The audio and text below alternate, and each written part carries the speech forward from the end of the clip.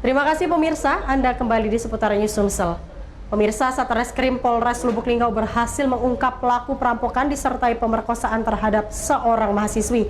Pelaku merupakan residivis tetangga korban sendiri. Tersangka Eko Sutiono, 31 tahun, warga Kelurahan Tababaru, Kota Lubuk Linggau ini merupakan pelaku perampokan disertai pemerkosaan terhadap LA. Mahasiswi merupakan tetangganya sendiri.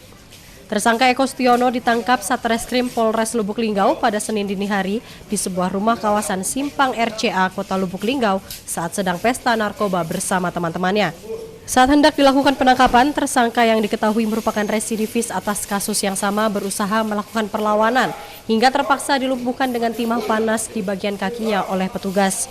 Setelah mendapatkan perawatan medis di Rumah Sakit Umum Dr. Sobirin, tersangka kemudian digelandang ke Mapolres Lubuk Linggau guna menjalani pemeriksaan lebih lanjut. Belum ada keterangan resmi dari pihak kepolisian atas penangkapan tersangka. Rencananya Polres Lubuk Linggau akan melakukan rilis pada Jumat mendatang.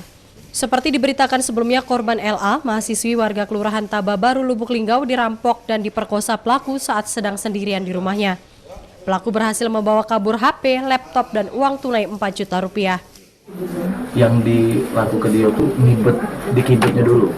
Nah, masalah di kibetnya dulu udah tahu, pokoknya dia ngomongnya di tangannya di tali, mulutnya di lambang. Itu ya. Waktunya berapa?